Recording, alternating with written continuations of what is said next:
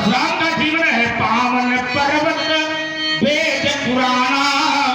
परशुराम का जीवन है वेद पुराण शास्त्र संन्यास अनेक ब्रह्मचर्य, ये जीवन है परशुराम का। और परशुराम को ग्राम से जीवन से अगर कोई संबंध है तो सिर्फ माता और पिता, समझो है ना। अब यही बात सहनाई की, तो सहनाई तो बसती है पर कन्या के विवाह में बसती है, क्यों भाई? तो अगर सीता का विवाह हुआ है तो ये तो अच्छी बात है, क्योंकि सीता के विवाह से हमारा कोई विरोध नहीं है। कन्या के विवाह से हमें कोई लेना देना नहीं है। अगर हम कन्या के विवाह के विरोधी होते तो सीता को मैंने अखंड सौभाग्यवती का आशीर्वाद न दिया होता, क्यों भाई? हमने सीता को आशीर्वाद दिया कि नहीं दिया? अखंड सौभाग्यवती हो दिया। और अगर हम विरोधी होते तो आशीर्वाद नहीं देते। सीता से हमारा कोई विरोध नहीं है, हमारा विरोध है धनुष के टूटने से। देखे चाप खंड बन डाले, अतृष बोले बदल कठोरा, कहूं जल जलक धनुष कहीं तोड़ा, ये हमारा विरोध है। हमको सहनाई से मतलब नहीं है, हमको बाटे बटे से कोई लेना देना नहीं है। दुखी तो इसी बात से है। और सुन लीजिए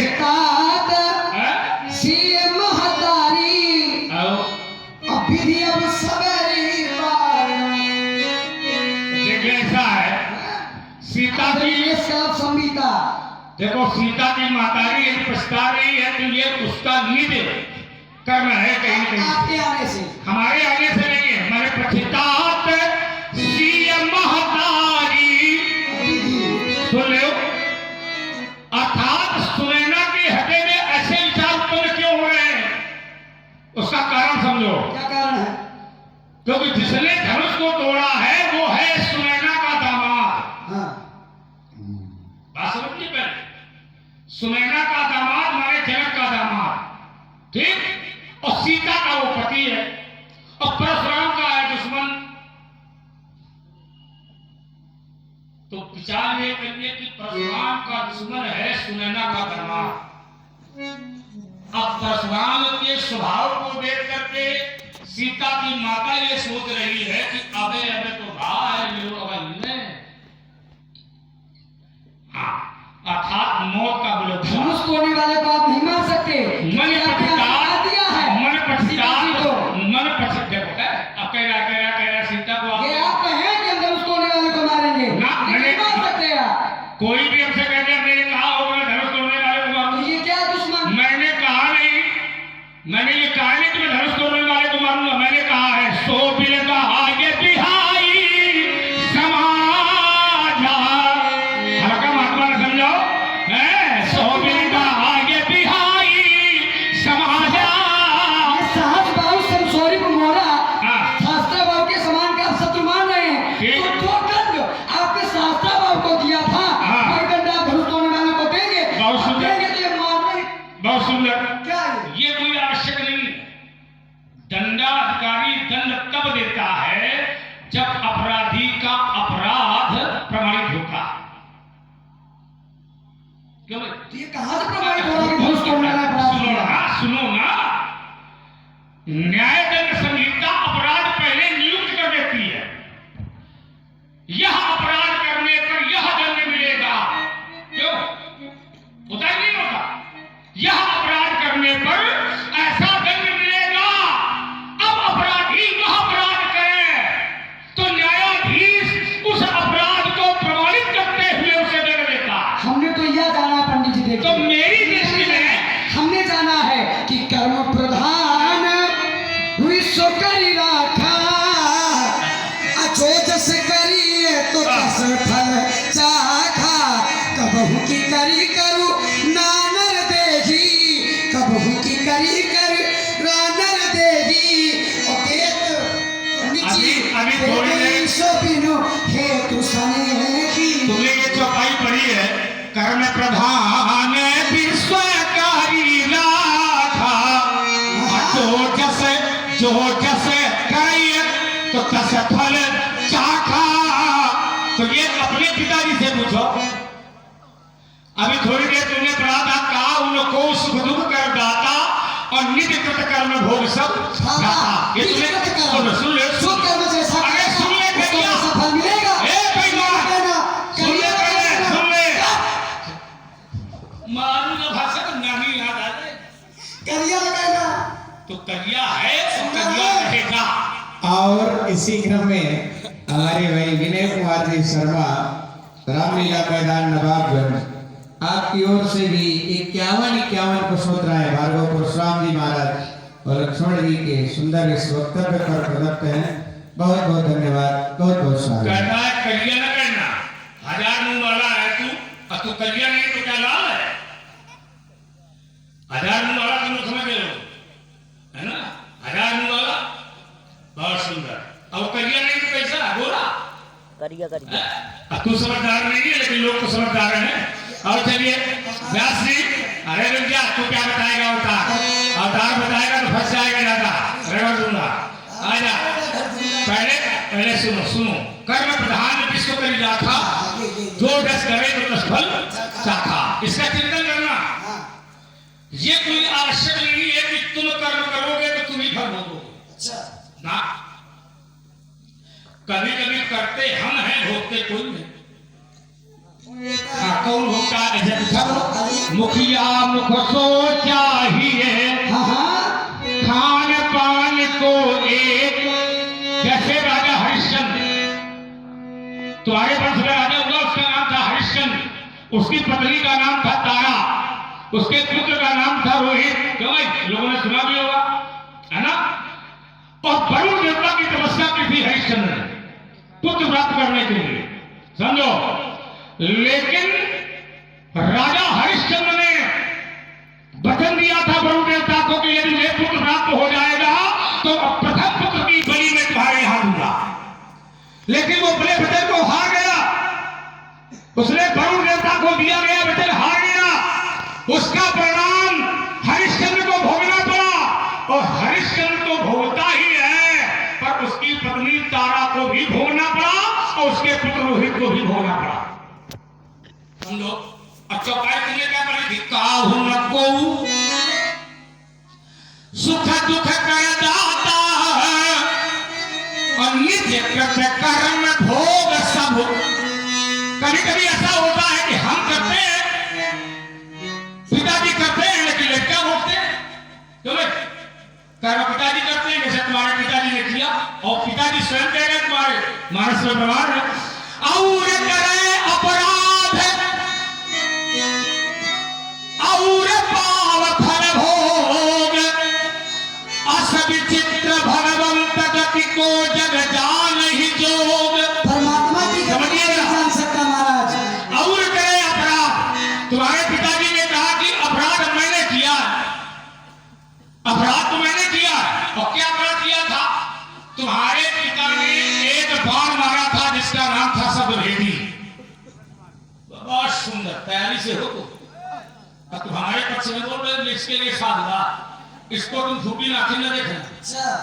हाँ, चाहे चौराहे में मिले चाहे जहां मिले। अरे चल, पहले बात सुन।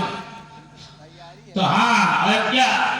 तो तुम्हारे पिता ने बाण मारा था, उसका नाम था शब्दभेदी, और मारा था कहीं और लग गया कहीं।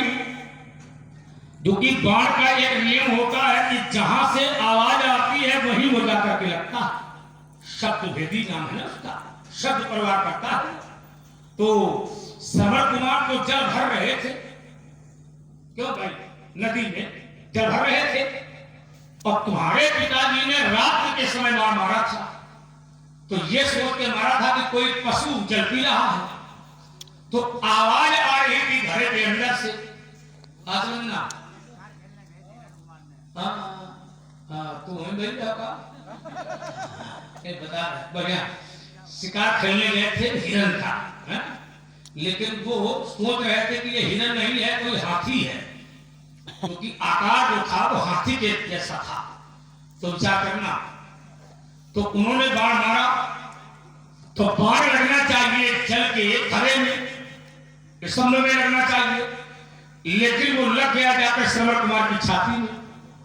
अब चिंतन करिए, मारा कहीं और लग गया कहीं, तो श्रवण कुमार की माता ज्ञानवती और पिता शांतनु, इन्होंने श्राप दिया तुम्हारे पिता को कि जिस प्रकार हम अपने पुत्र के वियोग में तड़प तड़प कर मर रहे हैं, उसी तरह तुझको भी मरना पड़ेगा। समझ रहे हैं? बुद्धिमान लोग, अच्छे लोग जब समझे तो इसके लिए दशरथ ने कहा और करे अपराध है और पाप फल भोग, अर्थात अपराध मैंने किया था लेकिन मेरे बेटे भोग रहे। ये दशरथ का वाक्य है, मेरा नहीं है। अपराध मैंने किया पर भोग तो मेरे बेटे ने। तो पिता का किया गया कर्म कभी कभी पुत्र भोगता। इसलिए लोग क्या देते हैं कि बाहर है पुत्र पिता के धर्मा, खेती उपजे अपने कर्मा। तो कभी कभी पिता का किया गया कर्म पुत्र को यश मिलता है और कभी कभी पिता का किया गया पाप पुत्र को विनाश कराता है। अर्थात यही है अवश्य में भोक्तव्यम कृतम कर्म शुभाशुभम। विचार करना, तो जो निज का किया है ना, तो निज का किया कभी कभी पत्नी भोगती है, निज का किया कभी पुत्र भोगता है। तो यदि घर का मुखिया बिगड़ जाएगा तो परिवार बिगड़ जाएगा। राकेश समझ रहे हो? हाँ, नहीं, ये सत्य है ना। यदि घर का मुखिया बिगड़ेगा तो परिवार बिगड़ेगा बेटे।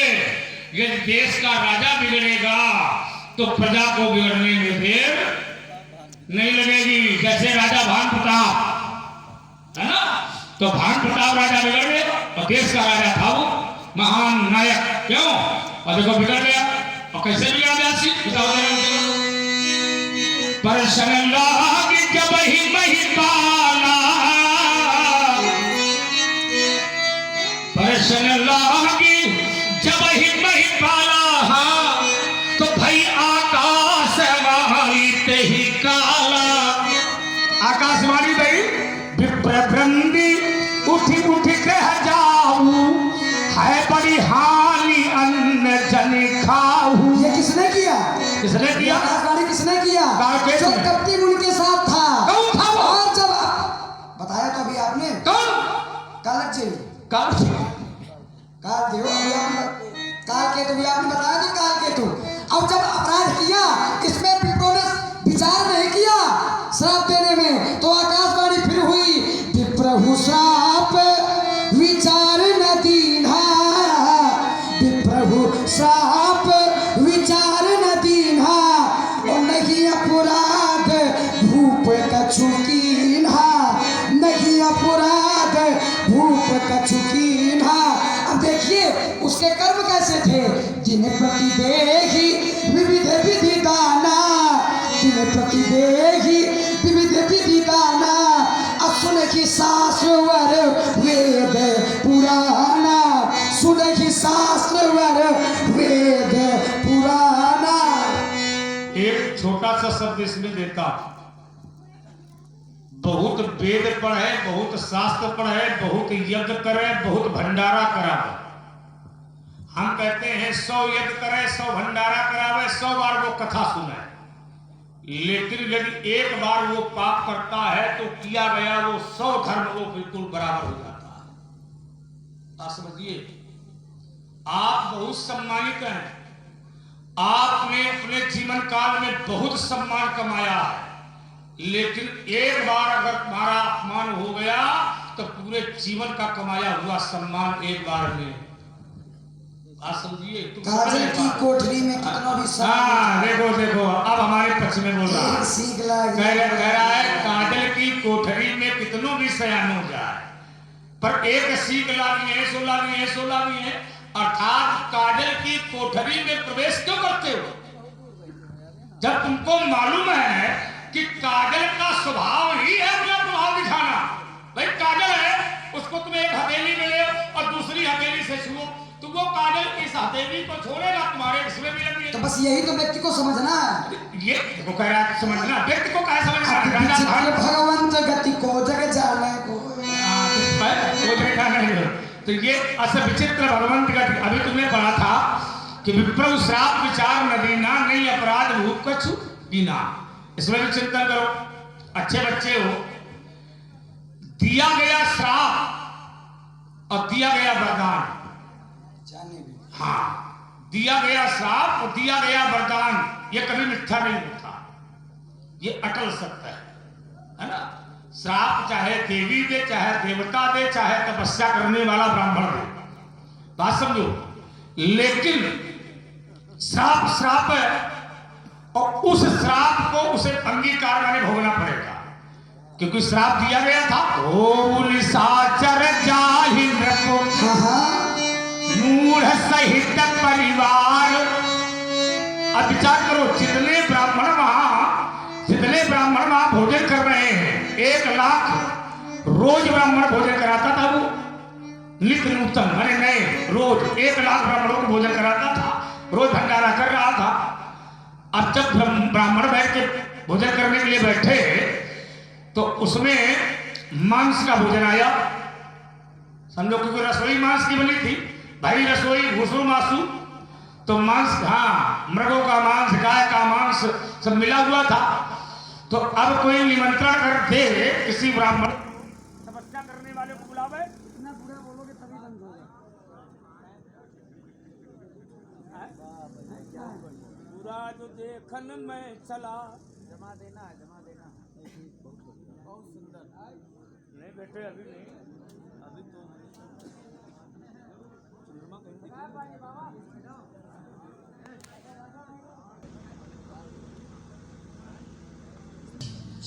देखो, ब्राह्मण श्राप दे, ब्राह्मण मारे, ब्राह्मण काटे, ब्राह्मण फटकारे, तो इसमें उनको दोष नहीं लगता।